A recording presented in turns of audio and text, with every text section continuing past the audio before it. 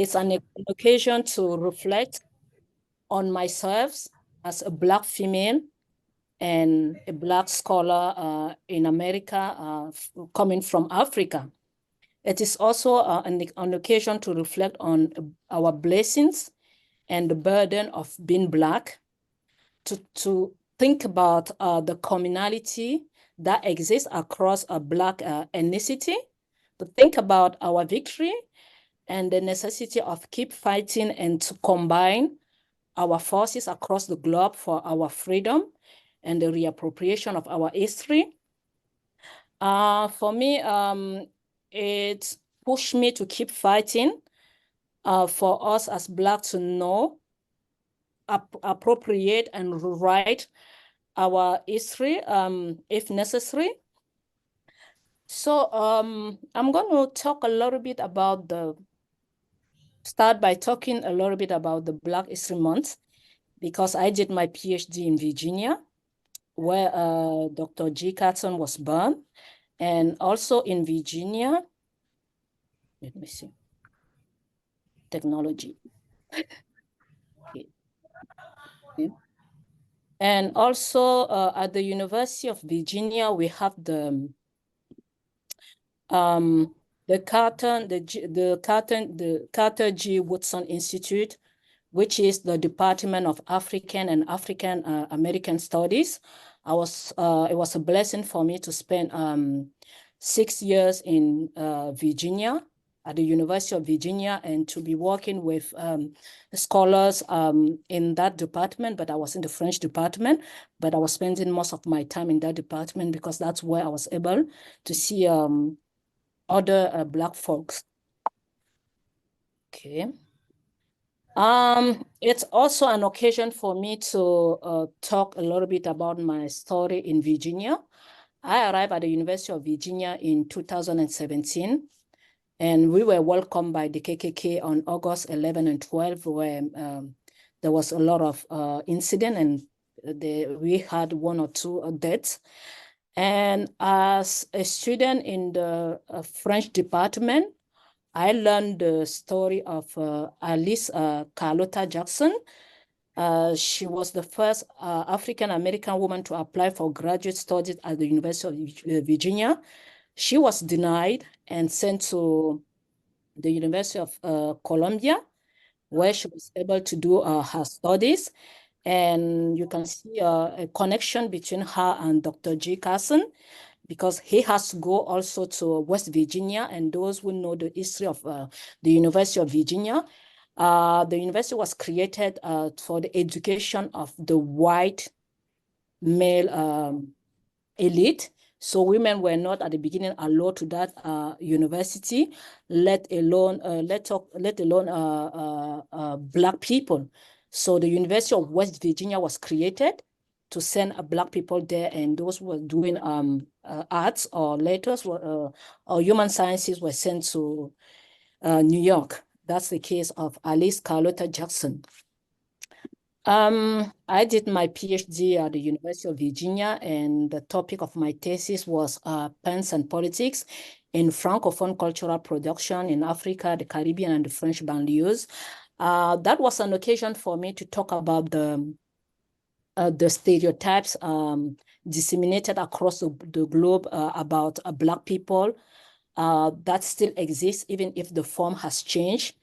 And talking about it today in February during the Black History Month, it's the occasion to remind us that it is important for us to always view all the Black ethnicities as one group, because when it comes to the marginalization that we face, we are always put into the same box, even if the same people who marginalize us try to create a conflict among us.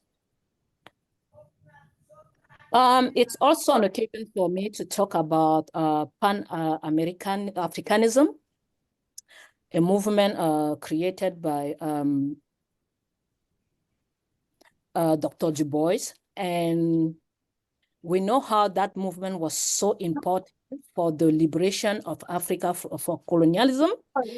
And it is important for us to remember that period of our story, of our history, pardon, because it was the moment where all the Black people across the globe were together.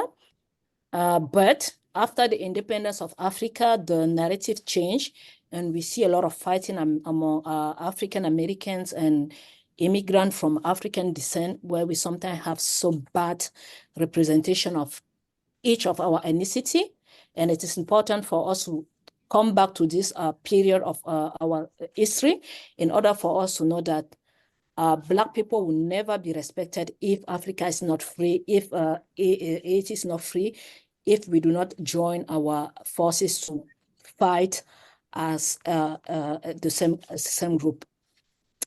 As I was saying, 9 days ago, I was one of the panel of the workshop from West African to Appalachia here, where we talk about dances and music from Africa and how African music and dance influence American culture, and precisely the Appalachians, where I am here as an African scholar. So during that occasion, I decided to celebrate all the leaders across the globe have been fighting for the freedom of Black people. And I wrote this few words in my tribe language, which is Yemba in Cameroon. Apungwang memeni pometeni wanatema people kurelazik. It was an occasion to celebrate all those heroes who across the globe fought for the independence of Black people, but to also talk about the necessity of us to remember our cultures, our languages, and to always consider ourselves not as an individual being, but as a Black person who need to connect or reconnect with others to fight for our freedom and to recreate our history.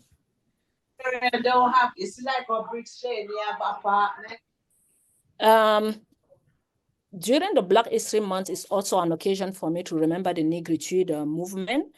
The Negritude is known as the quality or the fact of being of Black African origin.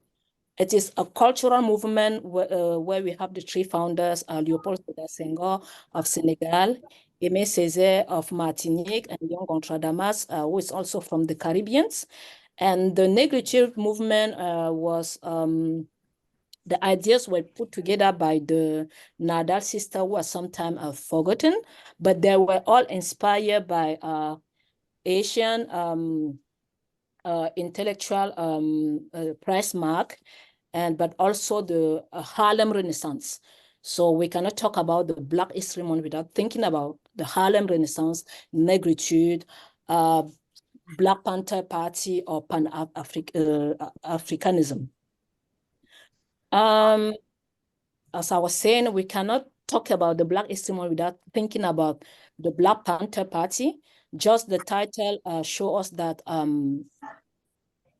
those of us who were taken forced here to become slaves think about and reconnect with Africa, because consider themselves as Black Panthers is a reconnection with the African religion, which is animism, and also to appropriate our history, because we are generally viewed as people who do not have an history, but those who know the African history, who knows how animism is important to reclaim our history that was stolen, starting from Egypt. So when I see this movement, I think about all those connections. It also reminded me the Black Panther movie, who bring together all the Black ethnicity across the globe. We all recognize ourselves in this movie. The Soul Makossa, which is a music created by Manu Dibango, a famous legend from Cameroon. The song was appropriated by Black musicians, and they discovered it in 1973. The song was written in 1972. They discovered it in France, when they were trying to reconnect with their roots. And this song has been sampled more than 125 times. This is history. This is how we, the Black people, will connect to reappropriate our culture and to celebrate our battles. And celebrating the Black History Month is also an occasion for me to call our attention. We see people going for pilgrimage in Israel for Christian, in the Mecca for Muslim, but for us as Black people, we need to go to Haiti, which is the first Black republic, and we know how Haiti was put on his knees for fighting and gaining his independence, ruined by debts, by a false man-made earthquake, and many other sanctions, because as Black people, they were able to raise their voice and obtain their independence. So as Black people, we need to go to Haiti, but also to visit all the sites to commemorate our history and to discover what happened to us during slavery, because other people wrote our history and sometimes we use it to fight among us. It is important for African and African Americans to visit together those sites of our memories, to rewrite our history, and to lobbying in order to have a strength and a voice in this world. I'm going to end here by considering that the Black History Month is also an occasion to talk about the Battle of Clodesia.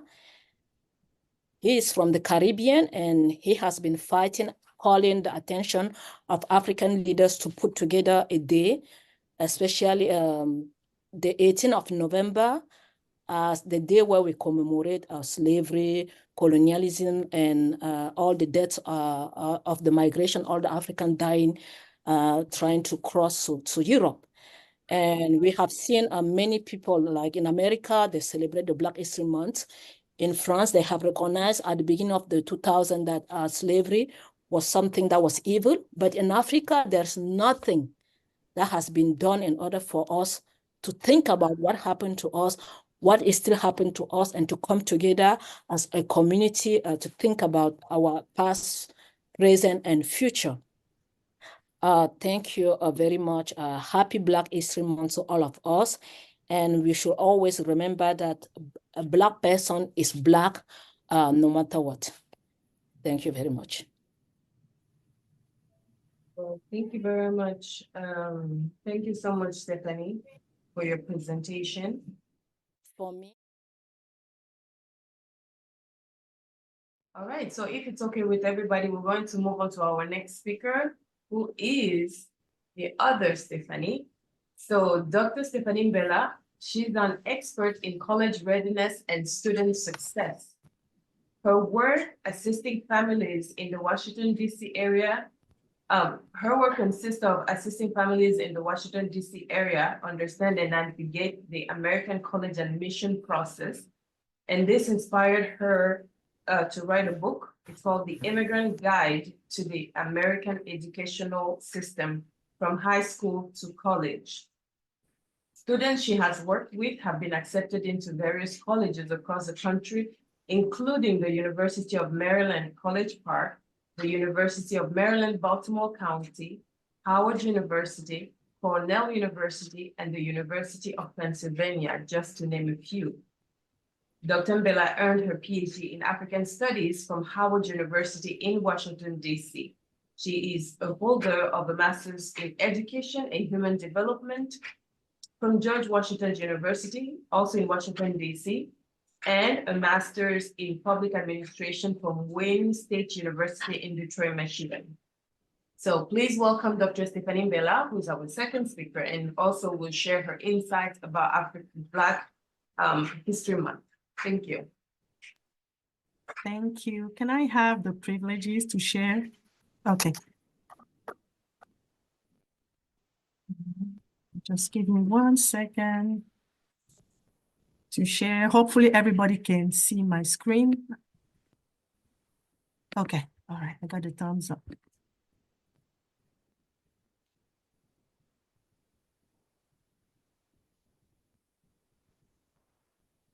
Thank you for the introduction, Clara. So I am going to share with you a perspective that is a little bit different.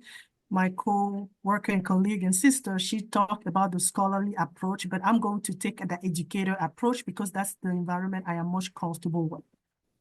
So I titled this brief conversation, an opportunity to learn and to get involved.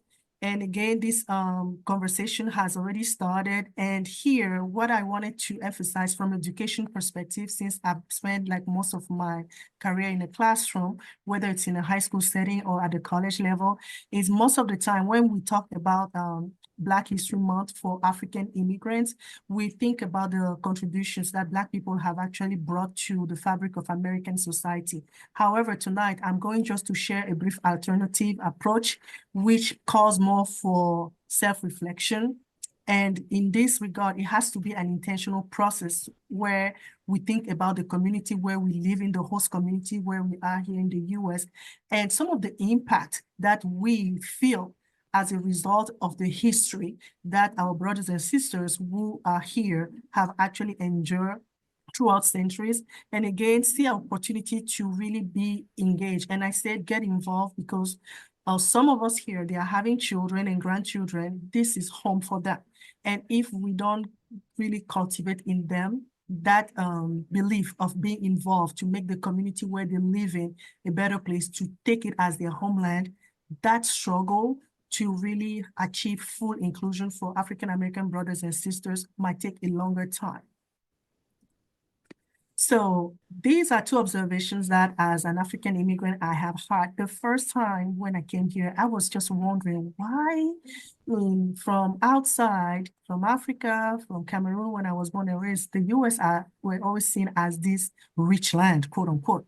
But when we came in, I was just wondering, but why do African Americans, why do they struggle to become homeowners as their white counterparts? Why? Or Asians, why is the problem? That was one thing that I looked around. And the other question that I have, why were healthcare disparities so prevalent in African American communities? And again, going back to the international status of the US as a rich country, and in some metrics, it's even considered as the leader. But why can you come and quote unquote give aid to Africa when in your backyard, your citizens, your residents are struggling? So that was a little bit odd for me. And that's where I'm looking, that's the lens I'm taking to say for African-American month, this is an alternative approach to reflect what's going on in our neighborhood, in the community we live in. So I will start with housing and the question that I raised, why is there such a challenge for African-American to really achieve home ownership, which is considered by many studies that it can be the source to develop generational wealth from one for parents to children and so on. So having said that, I did some research, and again, I'm looking at the perspective of a teacher, somebody who's in the classroom, and I'm just going to share with you something that really I found strange. So the housing discrimination, it doesn't date today. It's really way far. We all know slavery, the plantation, people didn't mix, especially Black people were confined in a specific era. And even after the emancipation and all that Reconstruction era, Black people were still confined in their neighborhoods. But however, what struck me as strange was the fact of this redlining. And it's a term that people can hear on the news once in a while.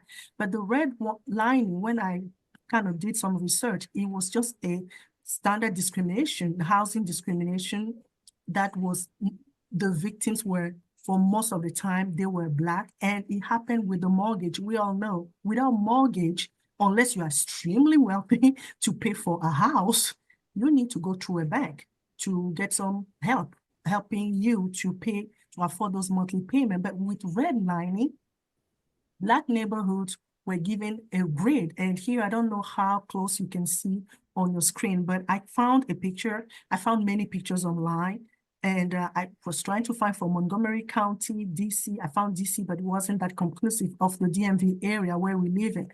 But the message was the same. The Homeowners Loan Corporation, it was an institution that was created by the federal government to help homeowners that were struggling with payments after the Great Depression, to help them get back on their feet, basically. So that institution that was federally mandated, they have what they call some residential security. So basically they were like scorecard.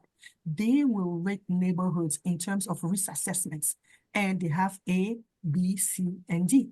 And Black neighborhoods, for the most part, they were deemed D. And here on the map, you can see the red, and that's the picture of Durham in North Carolina. So by having the federal government say that neighborhood is the huge financial risk for somebody to purchase a house there, to invest there, these neighborhoods where minorities reside, they were just left behind, basically. They had all the challenges in the world, and people just couldn't, they were kind of like trapped. And here is some metrics I got from the National Community Reinvestment Coalition, and you can see the grade. So when we look at the grades and the income, and this was given to real estate agents, to banks, loan officers, it was appraisers, all these people that involved in the loan, in the home buying process. So if you have an A, that's an environment where people have kind of income. So you have the middle to upper, that's in the middle. But if you look at the hazardous one, that's where for most of the part, the minority, which of them are Blacks, resided. And even when you look at the risk on the second chart where I'm hovering my cursor here, you can still see that the best neighborhood were the ones that really housed the white people. And then a little bit white. So I'm assuming in my mind, like, upper white wasn't the best, upper middle was in the desirable, and the minorities were in the rest, and specifically us, the Black people, Black skin people who were in the hazardous. So think about your environment where you're living now, today in 2024. Do you still see that pattern? Think about the schools. Your children, grandchildren, those that you love, do they go to schools where they can thrive, or are they confined in schools based on the zip code? So just think about it. Now, here, there are also other reasons why homeownership, I found, was really a challenge for Blacks, and it still is. After World War II, there was a GI Bill, which was a big boost for people, for veterans, that's be precise, for veterans to either go to college, achieve an education, or to purchase a home under the federal government, kind of like a co-signer, so to speak. But the truth of the matter is, the Black folks, they didn't get that much. So while the whites were able to achieve, to get the benefit of the GI Bill as far as housing was concerned, the Black people did not get as many. So this veteran, that's the picture here, this veteran Black person, see how on the picture, the white veteran is able to use the GI Bill to get a safe, affordable, and secure home. However, the Black veteran couldn't even apply because the system wouldn't allow him to do so. And the system, I mean by the people, because on the paper, there was a law, they could do it, but at a practical level, they were shut down. The other thing that happened was also, you have a white flight. So after the civil rights movements, there was the Fair Housing Act. And again, another law that was passed, segregation in housing, it's illegal, allow integration. The white people fought, they're like, oh no, we don't want Black people in our neighborhood. So we have the Ku Klux Klan, you all know the violence against the Black people, bombing and so on and so forth. So the Black, they wanted to thrive as well as anybody would for their own family. However, when that situation came about, the whites were sick of it. They said, okay, since you want to stay in the inner city, we will go to the suburb. That's why there was a white flight.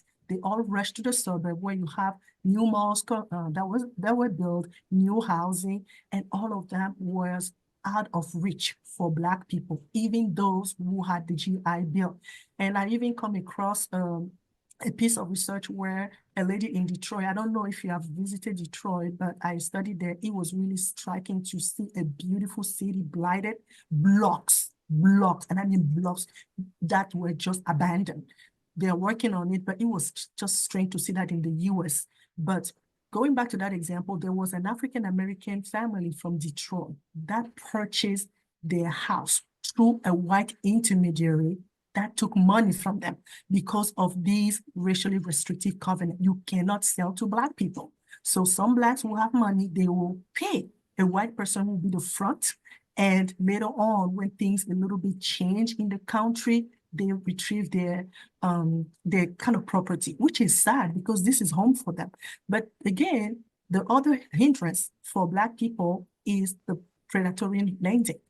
Many wanted to leave the communities that were blighted, that were sometimes crime-ridden. Sometimes they just didn't have enough public resources. They have the money to leave, the little down payment for their house, so they have to go through the banking system. Unfortunately for them, they were trapped into predatory lending, and at the end of the day, they couldn't afford the mortgage where they had a fixed rate. Today, you pay $1,000, the interest rate goes up, you end up paying $3,000. So they just couldn't afford it, and they end up losing their house. So we do have a lot of blighted neighborhoods in the Black communities, and that also is a hindrance to home ownership. So another thing that I noticed in Black neighborhoods is some Black neighborhoods have worked so hard to really claim their neighborhood and also build a new environment. But gentrification is coming. So gentrification, for those who are not really familiar with it, is just people with more income. And most of the time, sadly to say, but that's the truth, white, middle class, they come in and they bring their cost of living with them. And the residents whose homes are there, they are forced to leave. And this is going on across the country, and it's creating havoc in some Black communities. I worked in DC and I could see Columbia Heights in 2000. I started working there in 2008. By the time I left in 2013, it was amazing. Families that were living there, I could see every day how the neighborhood was changing. And today at Columbia Heights in DC, if you want a studio, it's like $3,000 for a good sized studio. So I saw gentrification, and that's another way that Black people, their neighborhoods where they have worked so hard to build a support network in the community, they are prevented to really create a community. So now I'm going to talk briefly about the health piece, where what's going on. You have all these doctors, all these medical facilities. Some people are leaving abroad to come to the US to seek treatment. Why are African Americans struggling so much to have good health care? So again, here I came across some research where they do have there was, what's his name? Dr. Booker T. Washington, a doctor. So he was part of the Negro Health Week. He created it with some of his buddies, some of his colleagues, and the purpose was to make sure that Black communities that were segregated are as healthy as possible, and people are empowered to take care of their own health within their community, and they trust each other to really provide that hygienic support and so on. And again, this is just like a picture. It was very much aligned, where you have a Sunday. And again, at the time in 1915, 1920s, churches were very important for the Black community. They were areas where people could gather. So they will have the mobilization day, when the day Monday, hygiene, everybody cleans their home, and they will have community day when they clean, and that community day reminded me of the neighborhood cleanup that's still going on today.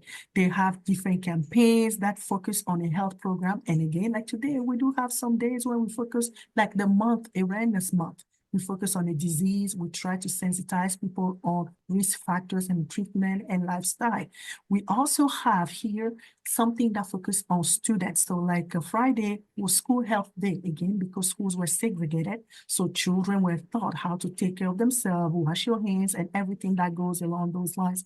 And that was 7 weeks. And after that, they will have the debriefing on another Sunday. So I thought that was very interesting, because when you think about the contribution that this event created, you will see we're still living by it today.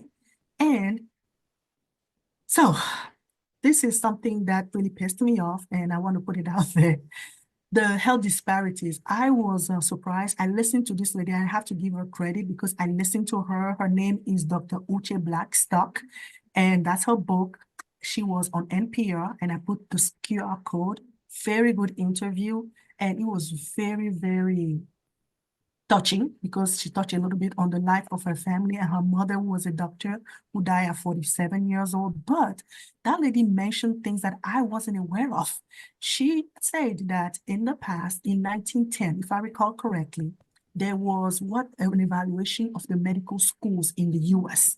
And the purpose was to try to streamline everything with Western Europe and also Canada so that doctors, everybody can be on the same lane, Western medicine. Okay, that is fine. However, what happened is at the conclusion of that evaluation process, there were at the time 7 Black medical schools in the country, and 5 of them were shut down. So the recommendation of the Flexner report was to increase the standards across all medical schools in the US. Remember, the US is a union, right? 50 states. And also have partnership with hospitals for clinical training. So today we do have our doctors who train in different schools. I'm sorry, mommy's duty, so sorry. So we do have like doctors even today that are training in medical schools, in hospitals, and we also have, I apologize about that, okay. And we also have that pattern that still persists today. Some universities, they do have schools that are attached to their medical hospital facility. Now, what I really was bothered by when Dr. Uche, she spoke is in the 1915, they have 7 schools. And remember, medical schools at the time were segregated. So Black people, there were 7 schools that were closed. And based on what she said, and I put here a quick soundbite, as it was estimated in the study that came out in 2020 in the Journal of American Medical Association, it was estimated that those 5 schools, if they have remained open, they will have trained between 25 and 35 Black physicians. Sorry about that. Okay, I'm just trying to shut down the cell phone here, please. I apologize for that. Mommy's duty. Okay. Thank you for your patience. So going back to what Dr. Uche said here, think about it. We have Black people in 1910, 1915. We have 7 schools where nurses, medical doctors, all these specialties, they could be trained. All of a sudden, overnight, we have only 2. And that has been like for a little while, the trend. At this time, think about all those students who go in a medical school every year. How many will have been graduated? And how could that have helped our health here to be responsive, to be very cultural based, since we always complain that the health provided, the care, not the health, the care provided is not culturally responsive. And that, going back to the Negro Health Week, we got the National Minority Health Week.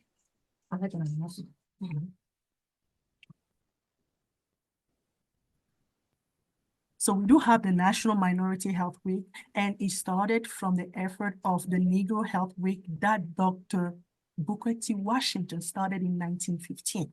And as that week has progressed towards the year, we now celebrate in April the National Minority Health that really encompasses Latinos, Pacific Islander, Native American, all of this, but it started through the Black population. And one thing that was a little striking to me is as we are thinking Black, there is also another consequence, a positive impact. It is the BIPOC mental health awareness. We all know the impact of mental health in our community today, especially after the COVID. So there are so many positive outcomes from this event that started in 1915 that we enjoy today. Black maternal health is a very, very big problem in the US today. People just don't understand how in the 21st century, Black women are at a risk of dying so much in the US compared to other rich countries in the world. And again, there's a lot of factors. You have a lot of trauma. Black women are extremely stressed in the US. Lots of metrics, do your research, and racism, all of that, but they are extremely stressed, even professionally.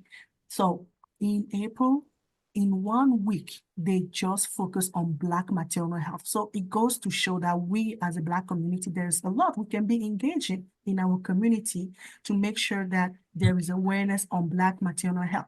The other disease that is really impacting Black people a lot is sickle cell, although it's not the only group, the only race that it impacts, but it impacts us more. So in September, we can actually be involved in a sickle cell awareness or maybe campaign or something so that there is research, because the truth of the matter is we, the Black people, we are mostly affected by sickle cell.